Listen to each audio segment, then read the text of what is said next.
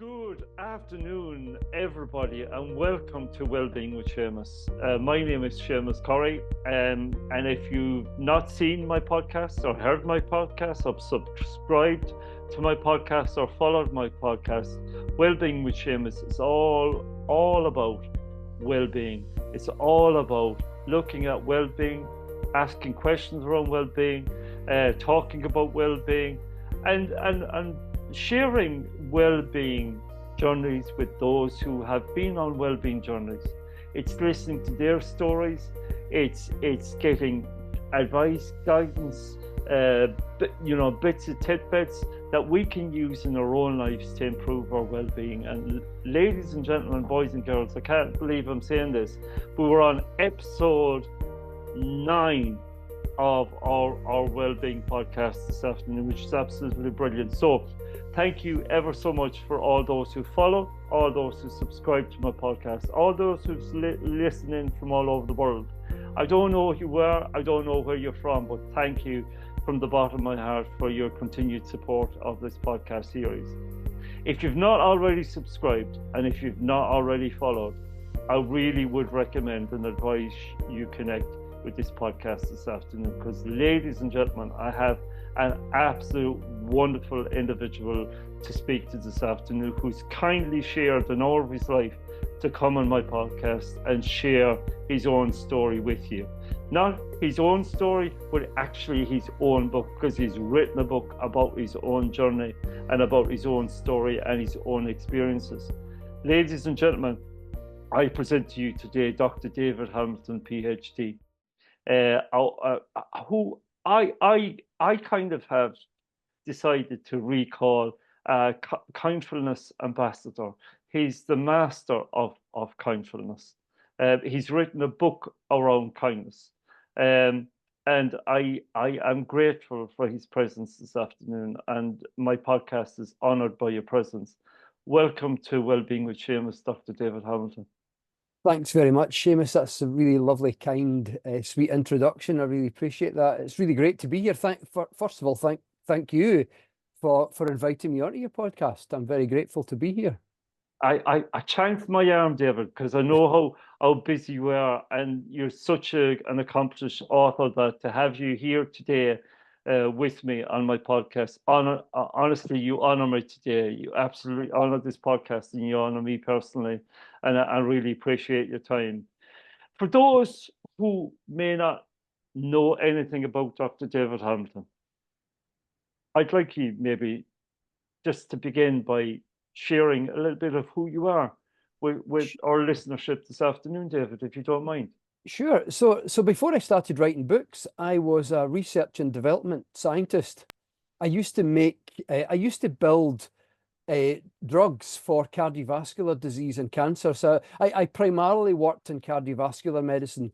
Now, my PhD is in something called organic chemistry, which, Seamus, has nothing to do, unfortunately, with organic food. Organic chemistry is just the name you give for a research scientist who's an adult but who plays with Lego blocks. But instead of using plastic building blocks, we use atomic building blocks. So a child's green block is my carbon, their yellow block is my hydrogen, their blue block is my nitrogen. But the idea is exactly the same, just like a child might join these blocks together to make a building, for example. So an organic chemist would join our blocks together to make medicines. So I primarily focused on cardiovascular and cancer. But what got me into the field that I'm in now was really just a fascination with the placebo effect. You know, I saw it time and time again in trials, in medical trials, that a number of people who would receive a fake version of the drug, you know, for comparison purposes, would show some improvement. And it was always just assumed that it's, you know, there's nothing in it. And I thought, well, there has to be. So I always had an interest because my mum had postnatal depression when I was a kid after my youngest sister was born.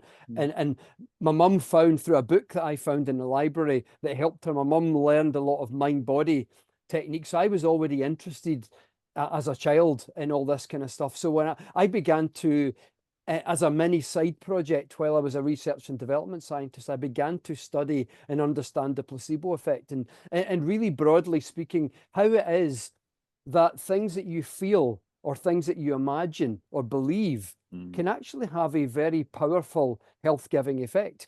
Mm. And that really that eventually, after a few books, it led me into exploring kindness and compassion, because it turns out some of the most powerful, potent, and meaningful effects on our health in the brain and the body come through feelings associated with the experience of kindness, whether you're the giver or the receiver of that kindness, or even, Seamus, whether you're the witness to that kindness. So that's really how I got into the subject I specialize in these days. Oh, David, what a story! What a background story! And No, uh, thanks. uh, to those of you who have not bought this book yet, you're missing out. This is Dr. David Hamilton's latest volume on his work in terms of the kindness field, and it's called "The Joy of Actually Giving." F smiley face CK. And for those who read it, you will begin to understand the power that lies within this book. Because if you ever wanted to read a book that really explains the power of kindness in today's world, and we live in a world of real polar opposites at the moment, where kindfulness and kindness is very hard to find sometimes. This book will show you how it's possible to generate kindness in your own life, to generate kindness around you, but also be that placebo or ripple effect for others, which in turn changes you, changes the people around you, and changes the communities in which you live. It's a powerful work, David, and I congratulate you on this book. Well, thanks, Seamus. As somebody who has tried to practice kindness in his own life for many years, I relate to an awful lot of topics in this book. And your book has actually spoken to me in terms of how relatable kindness is in our Mm, own lives, but yeah. also the little things that we can do, the little things that we can do to make ourselves feel a little bit better. Mm, And in so doing, we make others feel better as well. yeah. Tell me, tell me about the genesis of kindness. Where did that start for you? I know you mentioned something of your early life, but when did your first experience of somebody being kind to you or you being kind to somebody else suddenly strike a chord with you and saying, there's something in this? Do you know what it was, Seamus? I'm glad I've never been asked that question actually before.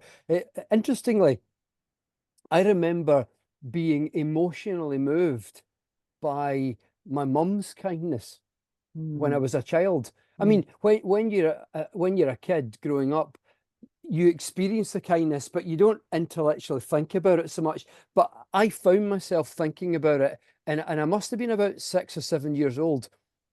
And my mum and my dad were quite poor. We came from quite a financially challenging time, and really it was tough for my mum and my dad. My dad worked in the building trade, but in as a young man in the building trade in Scotland, a lot of workers get laid off in the winter time Hmm. when the weather isn't so good, because they're not building as many houses. So my dad had this pattern every year where he would get laid off in November, December before Christmas, and then get hired again in January or something, end of January. So we'd go with a couple of months without wages. And my mum had, because I had three sisters, so we had four kids. My mum was taking these payday loans. Well, I think back then it was slightly more ethical. It was a company called the Provident. We had a man called Tony, the Uh, collector. It sounds like the mafia, but it was Tony the collector used to come to our house, lovely man, on a Friday night, and we had a lined book and write Jeanette Hamilton. Aye, my mum has paid, like £1 or £5, whatever it was. She paid, and that was these loans my mum had taken to help us through the Christmas period, and it was very stressful. And I remember this was a very significant moment for me, Seamus, because I remember my mum and my dad had been arguing a wee bit, and then I heard my mum upset, and my sisters and I were upstairs, and I sneaked downstairs, and I listened at the door, and my mum was crying, and she was just so terribly upset about the fact that we were coming to Christmas and she was saying, what are we going to do? Because I don't have any money. And, we've got 4 kids and how am I going to feed them? And David needs a new pair of shoes and Leslie needs a new skirt for school. And what are we going to do? And she was so terribly upset. And I started crying. And I ran up to my bed and I lay in my bed crying. One, out of empathy, compassion for my mum. And two, out of the stark realization that my mum was upset about what she was trying to do for us and that she wasn't going to be able to do. And it really got me thinking about how incredibly kind, what that means. To be kind, to live your whole life where all your focus is on being there for other people. And when I was a kid, all you're really thinking about is yourself. And it's not in a selfish way. Parents want you to think about yourself and just to be happy. That's what they want. But I found myself suddenly thinking about what that meant. And that moment there, I remember deciding I want to be kind like my mum one day.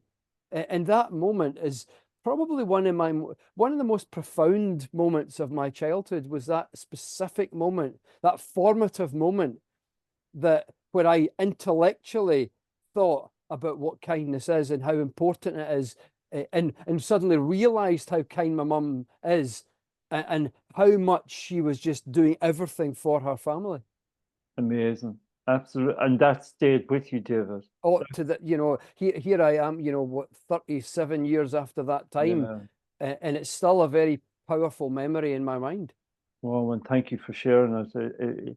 It obviously means so much to you, and I appreciate you sharing that. And um, I love in your book, David. I love so many things about your book, and I could wax Thanks. lyrically all day about your book. And I think it's a brilliant book. And if I haven't said already, people should go out and purchase this book today and have it beside you every single day as a guidebook for living your life in a beautiful way, going forward.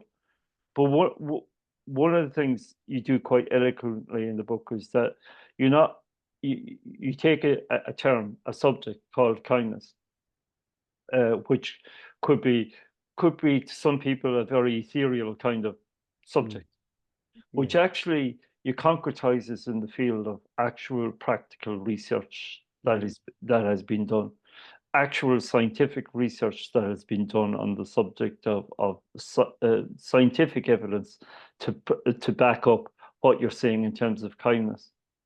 But before we get to the scientific evidence, I suppose you do mention in your book, to start with, and I'm going to hit you with it straight away, that you say kindness is a universal language. Yeah. What do you mean by that? I just mean that everyone has it within them to be kind, because we're actually supposed to be kind. Believe it or not, we have kind genes. And what I mean by that is the genes that are associated with our capacity for compassion and kindness are so deeply rooted, they're so innate, that they're some of the oldest genes in the human genome. In fact, they're at least 100 million years old, if not, the roots may go back even 700 million years. Now, that is absolutely astronomically ancient. And what that means is the tendency, the capacity for kindness is the deepest thing within us. And no one is without that. We all have that capacity. So it's a universal language that's way more ancient than our verbal language. It's way more ancient. To care for someone or something is way more ancient than any words that we've invented over the last 10 or 15,000 years to describe how we feel. The actual basic act itself, that tendency to care and then act on that tendency is absolutely ancient and universal. And that's really what I meant by that term. No, so it has no boundaries. It has No no boundaries. language difficulties. It's universal. It's a universal language. Everyone understands. Common to everybody. It's Yeah. common to everybody. And I love. I just love. I just love my new word for the latter part of 2024.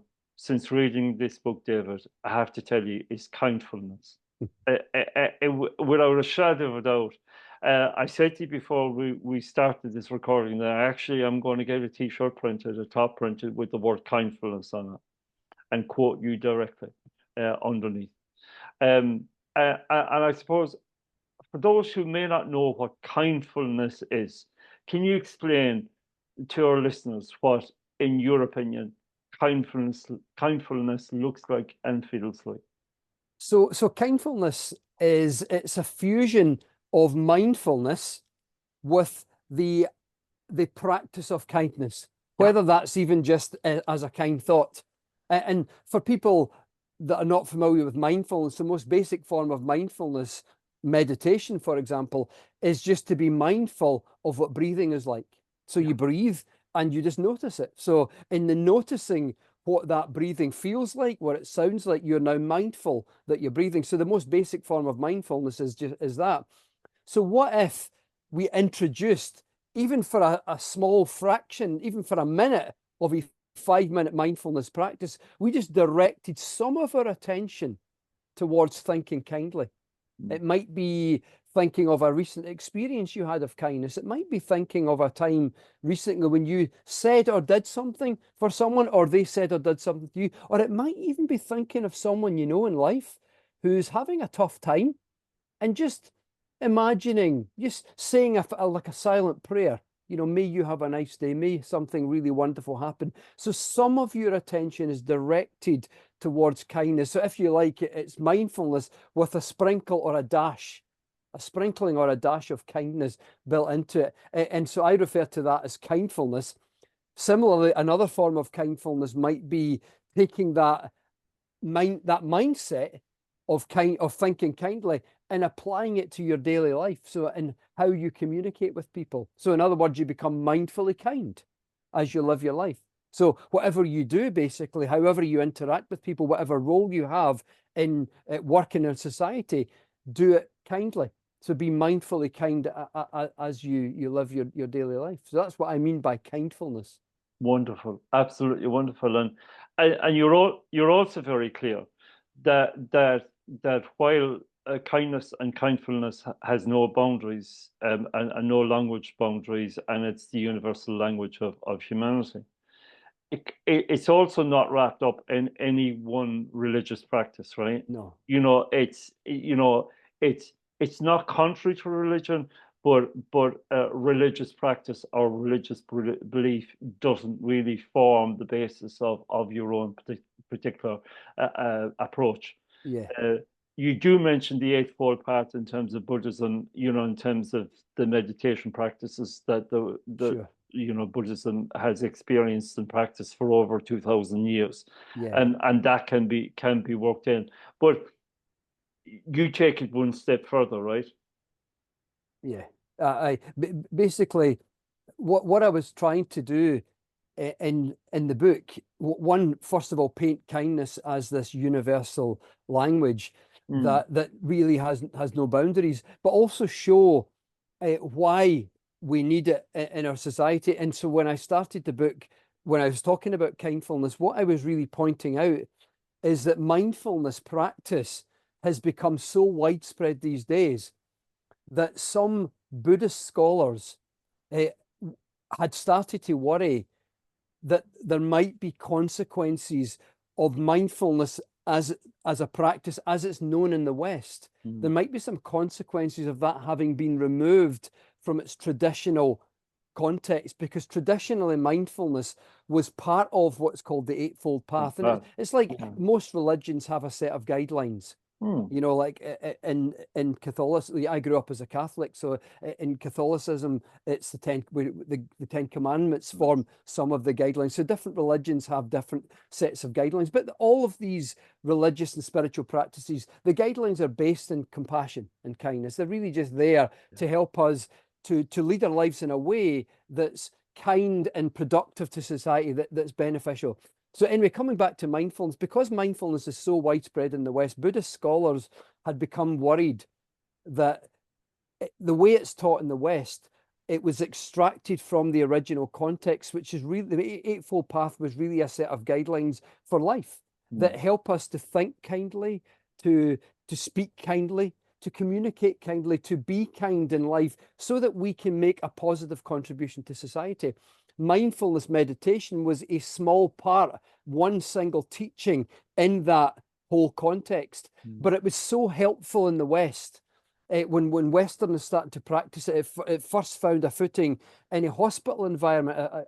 An academic at the time, John Kabat-Zinn, had demonstrated that it was incredibly helpful to people who were struggling with pain in a hospital environment. And it was so helpful, mindfulness as a technique, without any of the traditional parts. So it had been stripped away from the spiritual connotations, because that wouldn't be right to bring any religious connotations and, you know, even teachings about kindness and compassion into a hospital environment, because you've got vulnerable people here. So we can't be professing morals and ethics. It's just about what's clinically good for them. So it was so helpful. It really became mainstream. It landed really big in the Western world.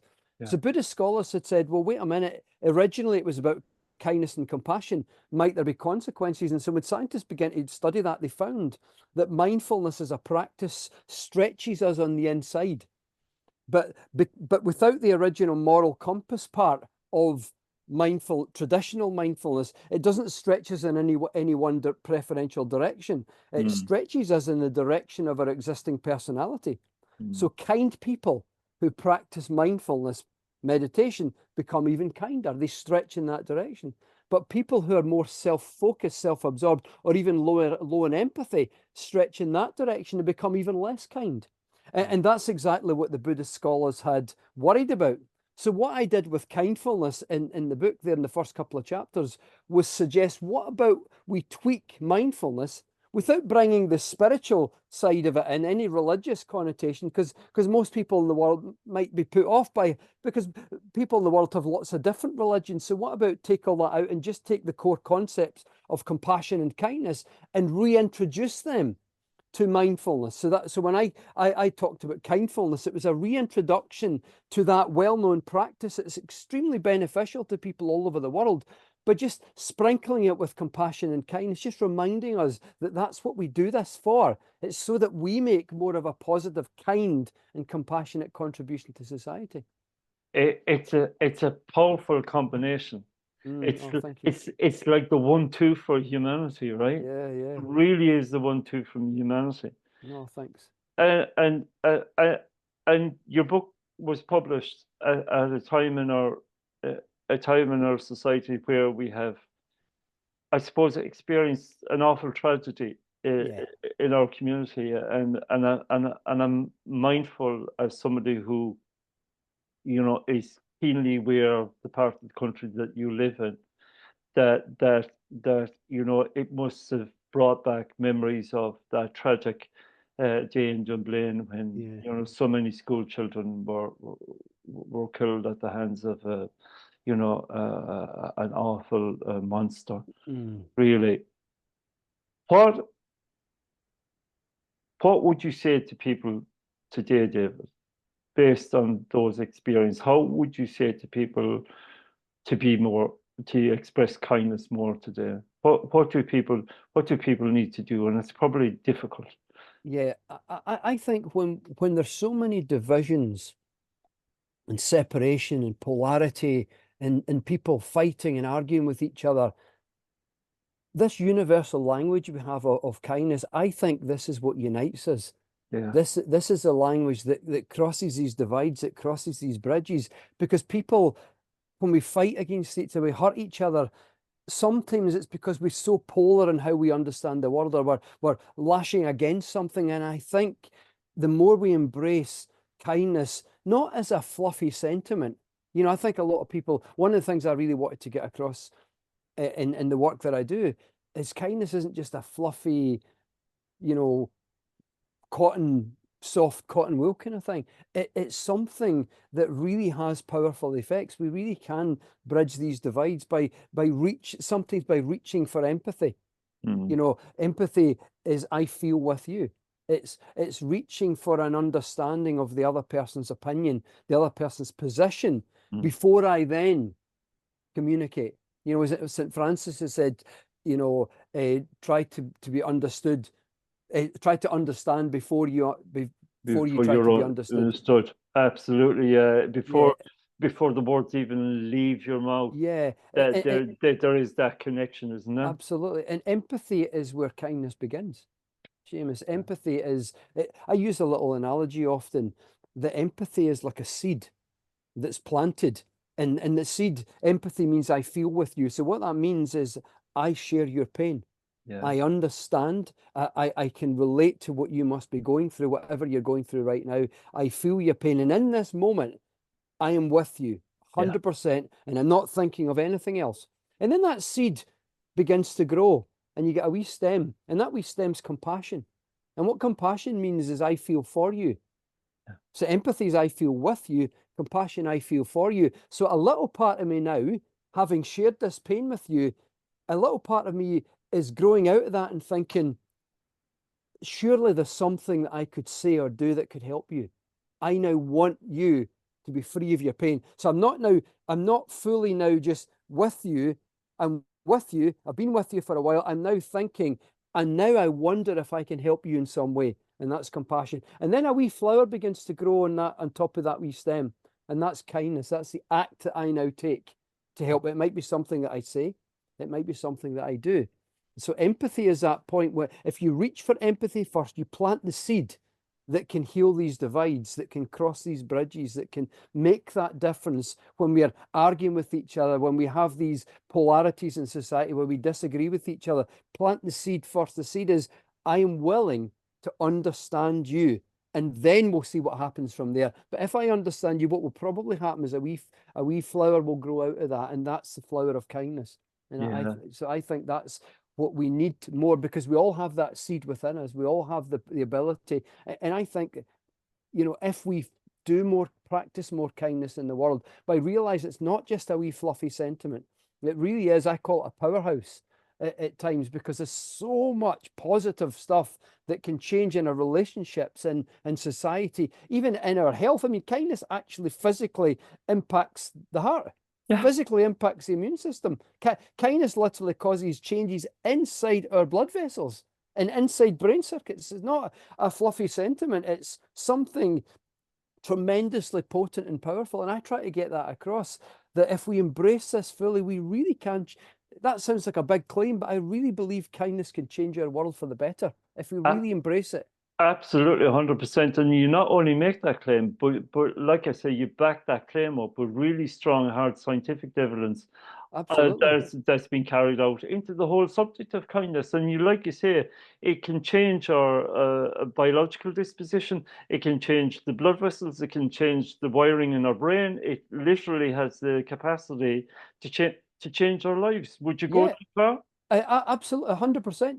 In fact, one of the most amazing things that happen, people often talk about, it'd be great if we can boost our immune system. There was a scientific paper published not so long ago called Kindness in the Blood, high-level scientific study looking at the genetic effects of kindness. And they got people they got one group of people to be kind over a period of, every day over a period of time.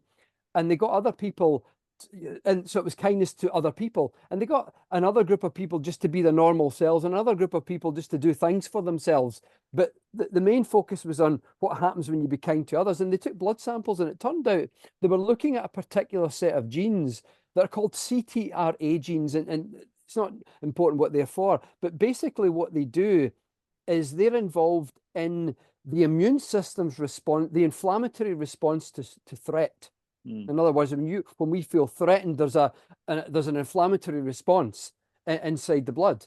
And what happened is that inflammatory response was massively suppressed. The gene activity was altered. So I'm talking about alterations of the activity of genes in immune cells that are circulating in the human Oh, bloodstream. So wow. so the immune cells circulating in our blood, and the activity of genes in these immune cells was affected by the act of kindness to another person. And the net effect was a reduction in inflammation in our blood. I mean, isn't that kind of thing, for It's me, it's just incredible. extraordinary. It's incredible. It's a That's revelation. extraordinary. It's a revelation, and it Yeah, certainly yeah. was a revelation in your book.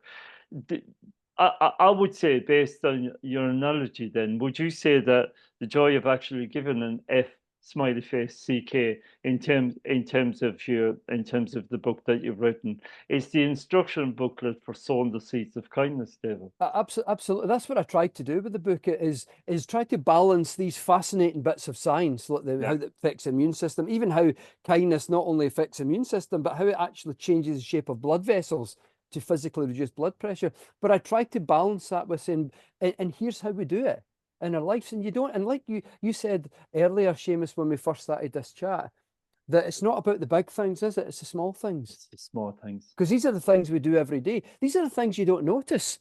You know, most of your listeners, Seamus, I'll bet most of your listeners to your podcast frequently throughout the day probably say and do lots of little nice things for people in terms of what they say, how they communicate, little things that they do without giving it another thought.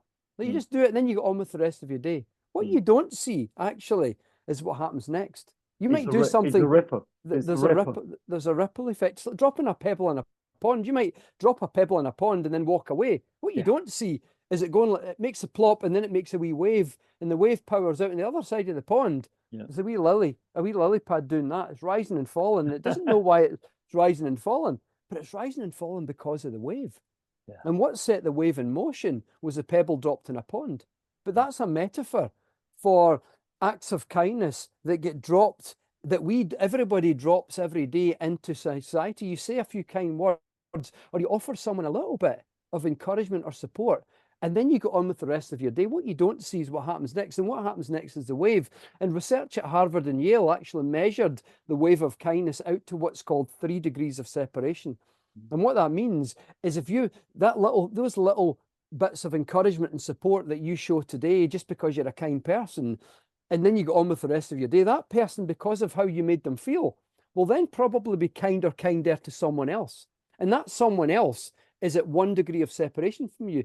But that someone else will be kind or kinder to another person who's at 2 degrees of separation from you. And that person will be kind or kinder to another person who's at 3 degrees of separation from you. But what we actually know from science is that it isn't just one person. Each person, on average, is kind or kinder to 3 to 5 people. Yeah. And what that means is you actually end up with somewhere between 27 and 125 people.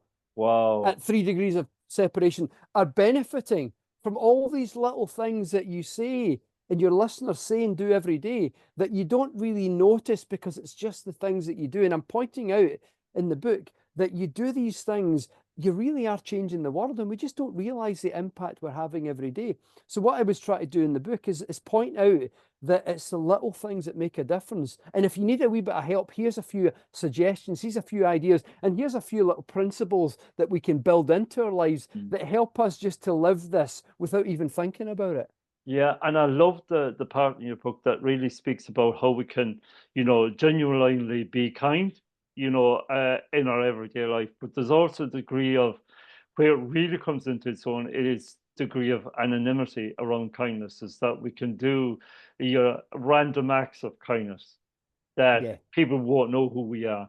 People won't understand why we did it, but it has that effect of ripple that just spreads. That just spreads in the same way. We were shown during the coronavirus epidemic how coronavirus would spread in a room, right? And there was something like 6 or 7 degrees of separation. So if you sneezed in a room, then 6 or 7 or 8 people would be infected with the virus, right? Yeah.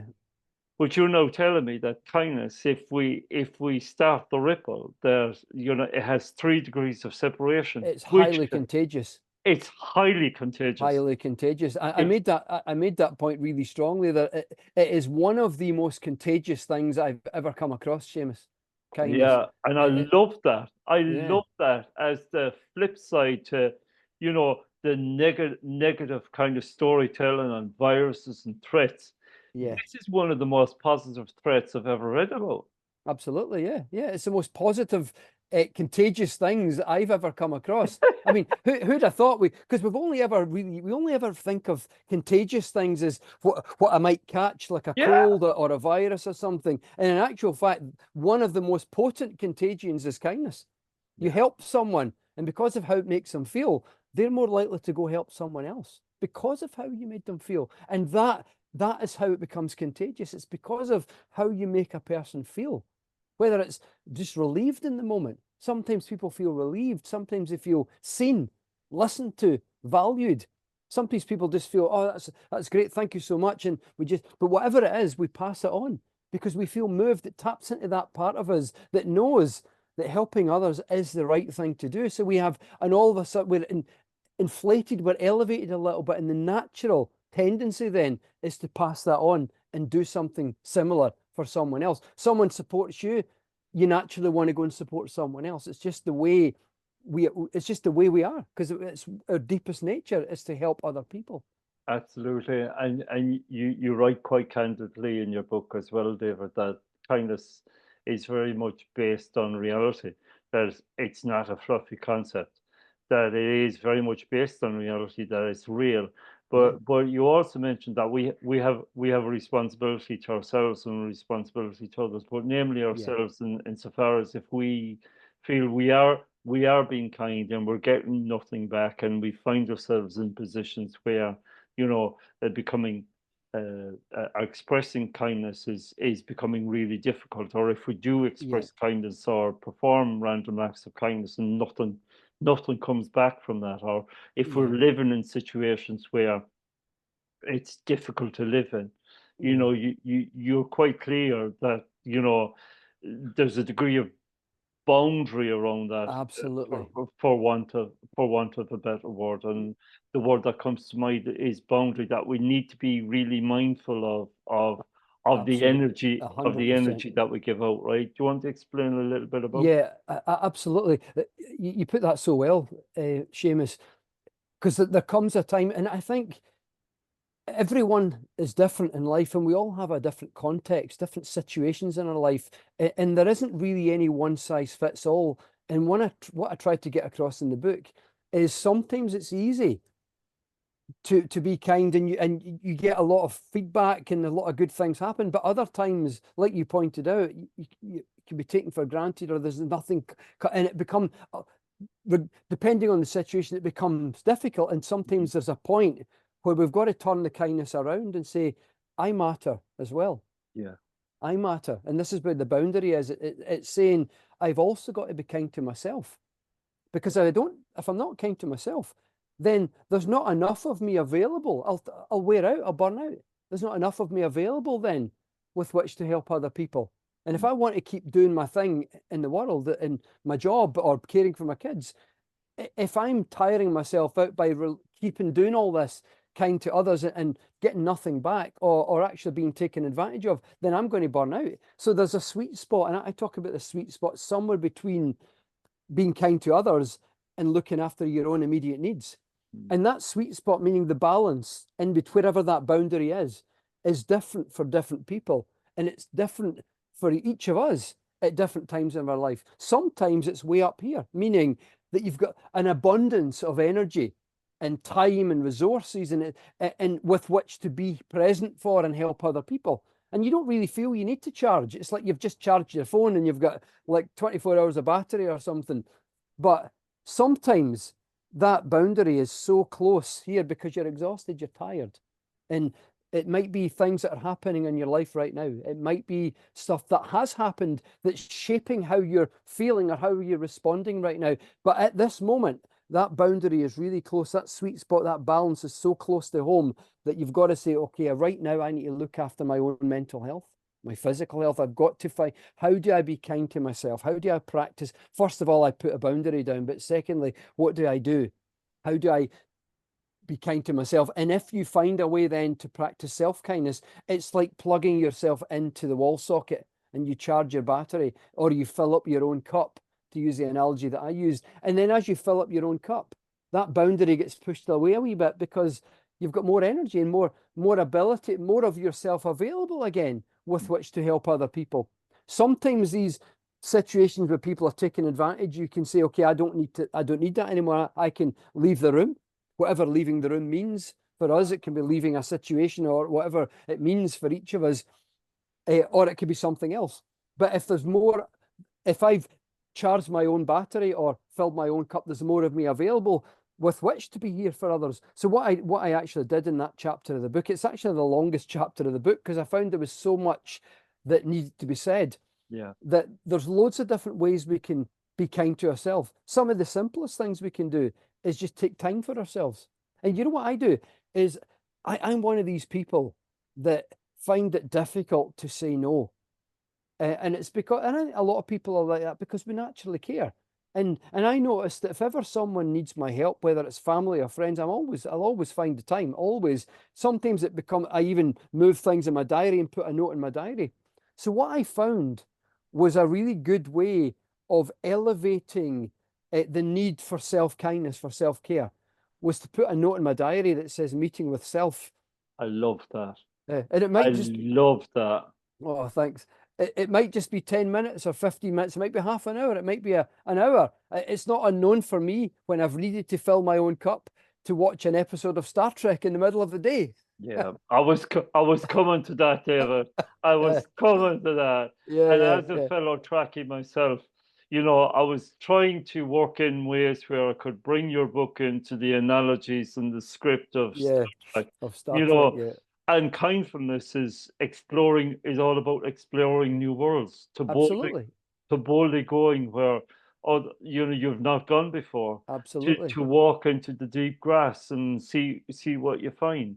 Yeah, You know, absolutely. and I suppose if you were Captain Kirk, right, and you were standing on the bridge of the Enterprise and you were speaking to your crew, David, Yeah.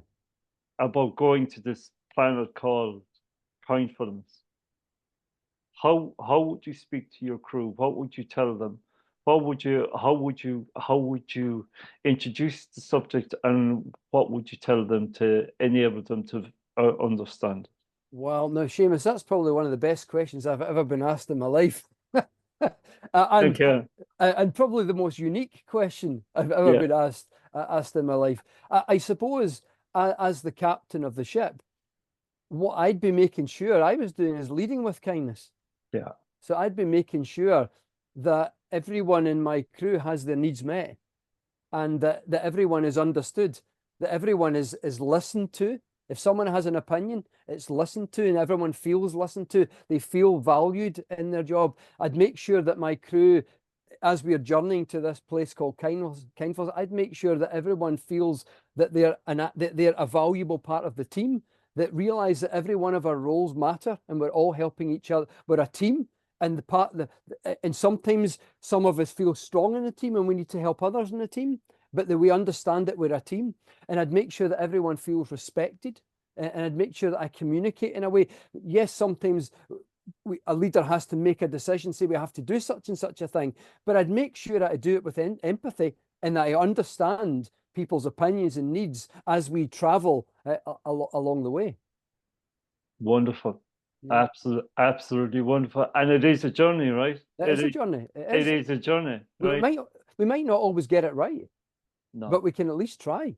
Because I mean, I think the journey of learning kindfulness, whatever environment, whether it's as leader of a ship or leader of a team, or whether it's just how we live our lives, it is a journey. And we might not always get it right because we're human, and that's part of self-kindness, is allowing yourself to be human and don't give yourself a hard time if you don't get it right. Because there's loads of, in fact, Seamus, someone asked me a wee while ago, quite recently, has researching and writing about kindness made me a kinder person?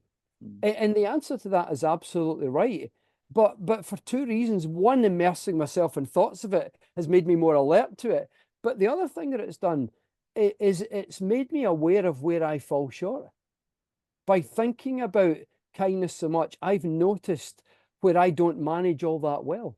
Because, I'm human and I have my own stressors. I have things that have happened in my life that are happening that that sometimes muddy the waters a bit, and it makes it harder to see clearly, and it Mm. makes it harder to find that stable base inside. We all do it, and I think for me, realizing where I fall short has made me a kinder person. And I think by immersing myself in the science of kindness and in writing about it and researching it and speaking about it, it literally has made me aware of the times where I think, next time I think I can do better, and I will. And I'm aware of where I didn't do so well and what I could do better. And that's what I mean by it's a journey. And the journey is one of becoming more who you aspire to become. Then I Yeah. guess the next highest version of yourself. I love that. I love that. And I suppose,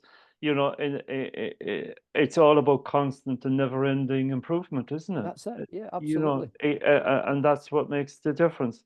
David, it's been an absolute pleasure this afternoon, mate. You have brightened a Friday afternoon for me. You have filled my podcast with joy and kindness and kindfulness. Well, For thanks, Seamus. for those of you who have, for some reason, not got out and bought David's book, I would say get it today, download it today, both the audio and manual and the printable book are available on Amazon. You can get it on David's own website, and links will be underneath. I will also put the book on my own website, where a link will be made available to David's selling page on Amazon at seamuscorry.co.uk. David, it's been an absolute pleasure to have you on board today. The pleasure's been all mine, Seamus. I've thoroughly enjoyed what felt really just like a chat. It's been really lovely. So thanks so Great. much for helping me to bring this subject to more people. Absolutely, and I wish you well in terms of your own journey, David. And as captain of the Starship Kindfulness, I'm very much on board. Captain of the Starship Kindfulness. I love that. All right, and you can have that Can one. I have that? Oh, thanks, Seamus. You can have that one. You can quote that in your next Brilliant. presentation. All I right. love that. That is Um, brilliant. and I wish you well, David, both with the book, with your journey, with your work. And I just want to do a very quick shout out. Thank you to Suzanne Baines, who initially made the connection between me and you and introduced you to me. And I today celebrate Suzanne's work, and I know Susie is, for want of a better word, a devout fan and follower of yours in terms of in her own work. And she's a thoroughly kind person. She is thoroughly kind, and if I can be half as kind as Susie is, I'll be doing something right in my life. And I want to extend kudos to Susie today, and our work with you matter always. David, thank you ever so much, and have a wonderful rest of the day. And it's been great having you on board. All right.